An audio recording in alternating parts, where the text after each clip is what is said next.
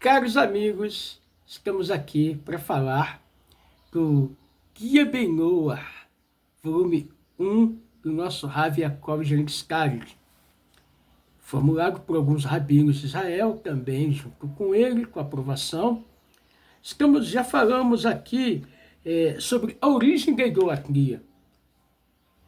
E chegamos em Abraham e vamos comentar aqui sobre esse homem que, já desde criança, era um menino prodígio, assim se falando. Meu nome é Cláudio César dos Santos, sou emissário do Movimento Ben-Hur Brasil, na cidade de Nova Friburgo, Rio de Janeiro, na região serrana. Vem ficar conosco, congregado. É um prazer ter você do nosso lado. Tá bom, gente? Supervisão Rádio Yaakov Jerenskavich e apoio moral pelo Márcio Braga. É um prazer. Vem ficar conosco na nossa Ben-Noah Friburgo, sinagoga. Gente, são 10 anos de estudo de Torá. Estamos aqui para apresentar alguns temas representando o Rav Yaakov, tá bom, gente? E vamos falar desse menino maravilhoso, prodígio, chamado Avraham Avinu. Quando Avraham Avinu nasceu, ele foi um menino, foi desmamado. Ele começou a pesquisar e refletir, embora ele fosse uma criança. Gente. Ele começou a pesquisar, refletir, ele começou a pensar incessantemente durante o dia e a noite, imaginando como é possível que a esfera celestial que suporta os astros continue girando, sem que ninguém a controle. Imaginamos, gente. Olha, 3 anos de idade, que menino. Que está causando o movimento circular dela. Certamente a esfera não se faz girar sozinha. Ele não tinha professor, nem havia alguém para ensiná-lo. Em vez disso, ele estava atolado em Ur de Kasdim, entre todos os idólatras. Seu pai e mãe e todo o povo ao redor dele eram adoradores de ídolos, e ele adorava com eles. No entanto, seu coração estava explorando e ganhando compreensão.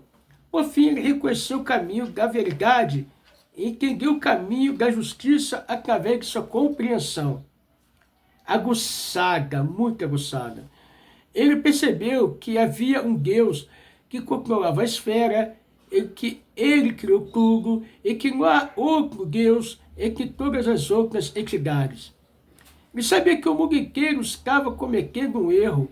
O que os levou a errar foi o serviço das estrelas e imagens. O que os fez perder a consciência da verdade. Imagine, gente, o que a idolatria faz na cabeça de um ser humano. Tá bom, gente? O que a idolatria faz? Abraão, aqui já fala da idade dele um pouco mais avançada. Depois dos 3 anos, aqui já chega aos 40 anos de idade. Abraão tinha 40 anos quando começou a se tornar consciente de seu Criador. Quando ele o reconheceu e identificou, ele começou a formular respostas para os habitantes de Ur-Kasdim e debater com eles, dizendo-lhes que não estavam seguindo o caminho apropriado. Ele quebrou os seus ídolos e começou a ensinar ao povo que é apropriado servir apenas ao Deus do mundo. Gente, o ensinamento aqui, não quebre ídolo de ninguém, não vai na casa de ninguém. É um mandamento para o Ben-Noah, tá? Que foi uma experiência de Avraham vindo lá no começo, depois do dilúvio, tá, gente? Nós estamos num país que temos leis, temos que respeitar, né, a casa de cada um, a religião de cada um, tá bom, gente? Temos que influenciar, falar que está errado uma estátua, falar que está errado a idolatria, falar que está errado cultuar o Natal. Temos que falar que está errado. Mas não vamos aí sair derrubando, quebrando árvore de Natal, enfeite da idolatria. Não, gente. Vamos ser pacíficos, né, desta forma, mas sempre falando e anunciando a verdade. Então vamos continuar. Ele quebrou seus ídolos, começou a ensinar ao povo que é apropriado servir apenas ao Deus do mundo para ele somente é apropriado curvar-se, sacrificar-se e oferecer libações, para que o povo das futuras gerações o reconheça. Por outro lado, é apropriado destruir e quebrar todas as imagens para que todas as pessoas não se importem com elas, como aquelas pessoas que achavam que não havia outros deuses além dessas imagens. Quando ele superou com a força de seus argumentos, o rei desejou matá-lo.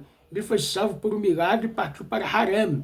Lá, ele começou a gritar em voz alta para todas as pessoas e informá-los que existe um Deus em todo o mundo, que é apropriado servi-lo.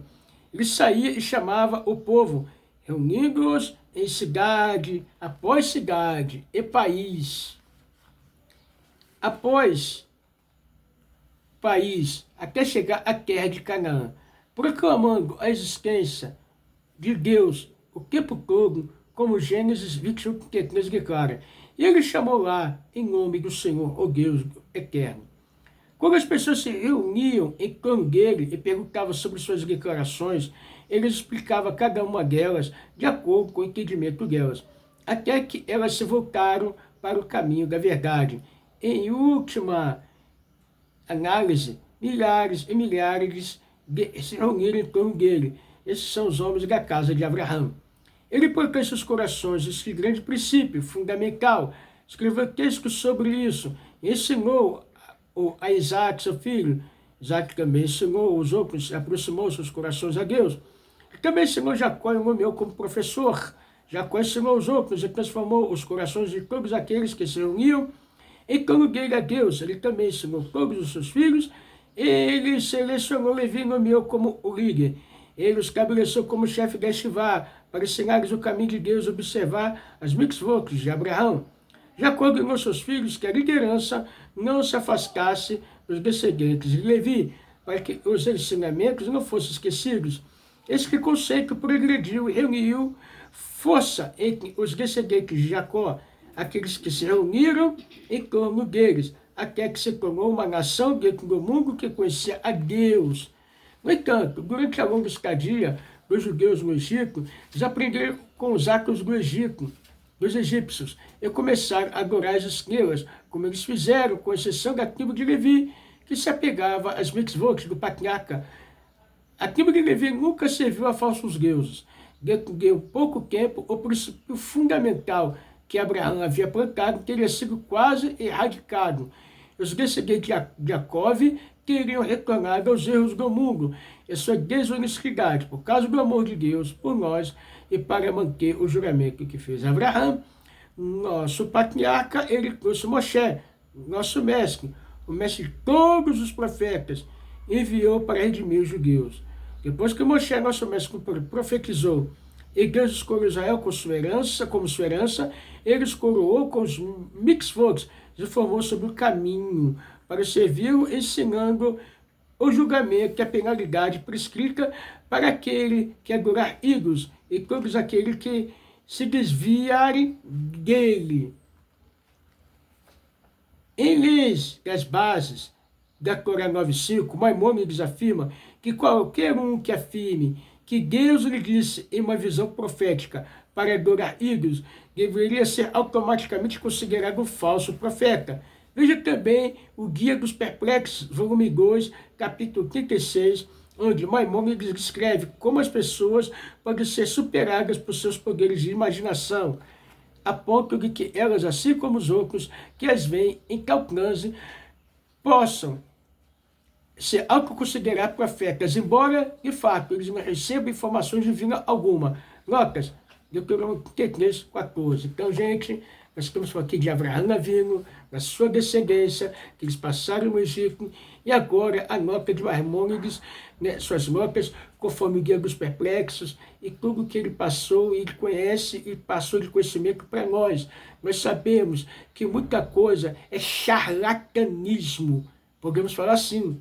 Falar línguas em igrejas, né, emoções, falar línguas em muitos lugares que tem por aí, que a gente vê, não desconsiderando lugar, religião de ninguém, mas falar línguas, como nós falamos, falar línguas em igreja, falar línguas em espiritismo, né, em outros lugares, falam língua, bate para lá, arrancam, soca a parede, né, planta bananeira, faz coisa que não se deve, coisas horríveis, em nome de ídolos, de imagens que não falam nada. Tem intercessores e tem mediadores, Deus que nasceu, Deus que morreu. Isso não é o Deus de Avraham Avinu, tá, gente? O Deus de Avraham Avinu, ele não morreu, não nasceu e não é trindade, tá bom? Isso, tudo que nós falamos, morrer, nascer, Deus que nasce, Deus que morre, Deus que é trindade, intermediário, cultuar a estrela, Deus Sol, isso daí é tudo fantasia, imaginação, percepção errada. O Deus de Israel, o Deus que Avraham Avinu proclamou no mundo, não é esse Deus que você fala por aí.